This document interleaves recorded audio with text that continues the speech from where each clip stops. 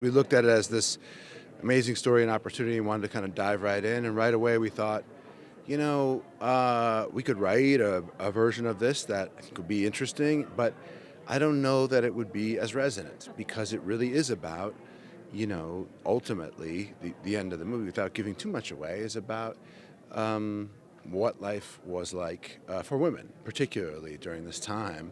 And, maybe has some, echoes and vestiges of in connection to the present, but we didn't try to say, oh, we're making a statement about the present. We tried to talk about this our sort of ancestral Western European culture from the Middle Ages. It was fun working with Matt, and I'm really proud of the movie, and Jodie's amazing in it, Adam is really, really good, and those two parts were pivotal. The movie, because of the delicate nature of sort of the unreliable narrators at the beginning and then the reveal of the real story, in our view, it had to be subtle, it had to be nuanced, and also we didn't want it to feel preachy or obvious.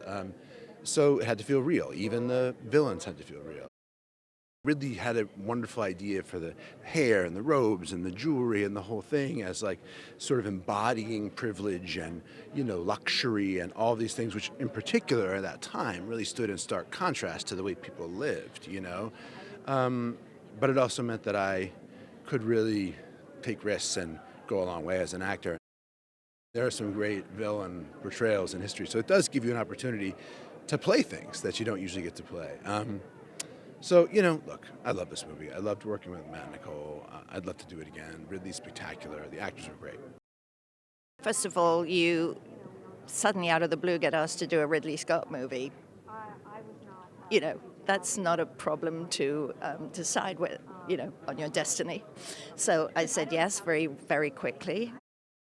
The script is very complex, very interesting, and you immediately see that it's written from 3 points of view and it's dealing with a contentious issue, but it's very much, once I knew that there was a woman writer involved who had very much, the final truth is very feminist, so I was very happy to take part.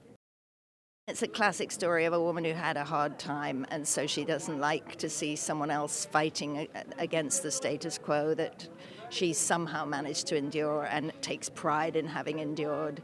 And, it's a hostility between the two women, which is sad because I like to portray more friendship between women, but it's very obviously true of the time that women had no power at all, absolutely no. So she's found her way through, and she thinks everybody should knuckle under and do what she did. I love the epic nature of it, particularly now, although we weren't thinking that way, but I love the fact that we're coming back to the cinema big time. We're coming into big movie theaters, and it has to be seen on a big screen, It's in your face, beautiful, dramatic cinematography, and you just want the story told that way. You want to immerse yourself in that world. And so you smell it and you taste it and it's gritty. But then there's the psychology of it, which is very delicate. And, you're just in these very brilliant hands, so you're just doing your job, which is to pick your way through the character, but the context is being so supported by these geniuses at work, So it was a very beautiful time. I think having been away from the cinema for so long, this will be a real testimony to the great art of immersive cinematography, that I think they're going to see, gosh, on my iPhone this would not be so good. That just that thing we've been missing of being in a room together and the lights going down and disappearing into another world. This is the movie you need for that. It's a huge historical event. It's set in medieval France, and it follows a young woman who testifies that she is raped by the friend of her husband, and it's ultimately about her journey for justice. I play Marguerite, and I think the thing that I was most excited about was the opportunity to give this woman a voice. Sadly, when I was doing my research, it was crazy to me how much information and detail there was about the men, and there was so little about her. So it was a real honor to, hopefully give her some justice and tell her story. The story, the film is split up into three perspectives. We start off with Carouges, who is my husband, who's played by the wonderful Matt Damon. And then there's Legree, played by the equally lovely Adam Driver. And the interesting thing is that, it's this kind of exploration of three perspectives, but there ultimately only being one truth. And the truth is Marguerite, who kind of we end on in the final chapter. And it was really interesting for me because in order for the kind of story to work, we all had to really play into each other's narratives. I had to really kind of give the men what it was that they thought of me and needed of me in each moment, which you don't usually have to think of when you come to a project. You usually just focus on your own intentions, and you don't have to worry what anyone else needs from you or thinks of you. So it was a really interesting way to work. The thing that really strikes me about Ridley is his attention to detail. He's meticulous and he doesn't miss a trick, and he's a part of every decision in every camp, whether that be hair and makeup, whether it be art department, set design, location. And it's so immersive. He also films with like 4 or 5 cameras rolling at any given moment, which creates a real energy and forces everyone to be really present. And you come away from that experience feeling incredibly spoiled, because that's not what you get on every other set.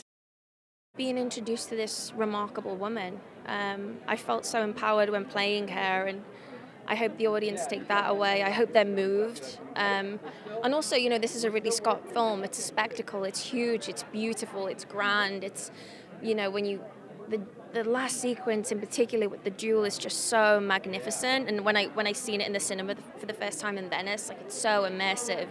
When you're in there with the sound, and it's just huge. So I really think there's something for everyone in this movie.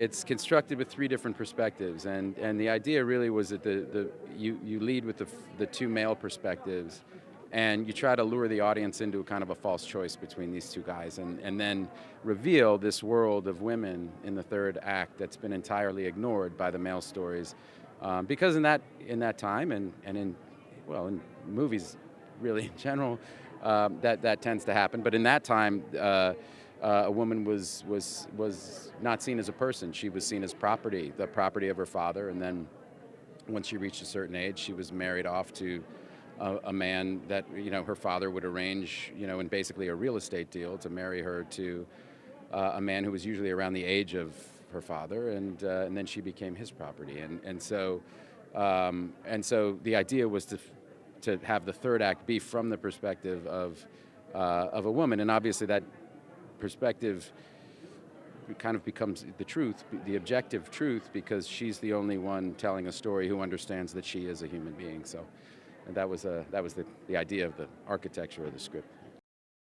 He's just amazing, and I'd been looking for something to do with him since we did The Martian together, and we've had a few near misses, and we kept trying to find the right piece of material. And the second I saw this book, it was like, I thought of The Duelist, because that's his first movie, and it was set in kind of medieval France, which I felt nobody builds a world as like Ridley does, and I just and also he's got a kind of a body of work that tends to he's got a lot of great, strong female performances throughout his body of work, and I just thought, wow, I think he'd really be great at this, and he's my friend, and I wanted to work with him again, and sent it to him like, what do you think? And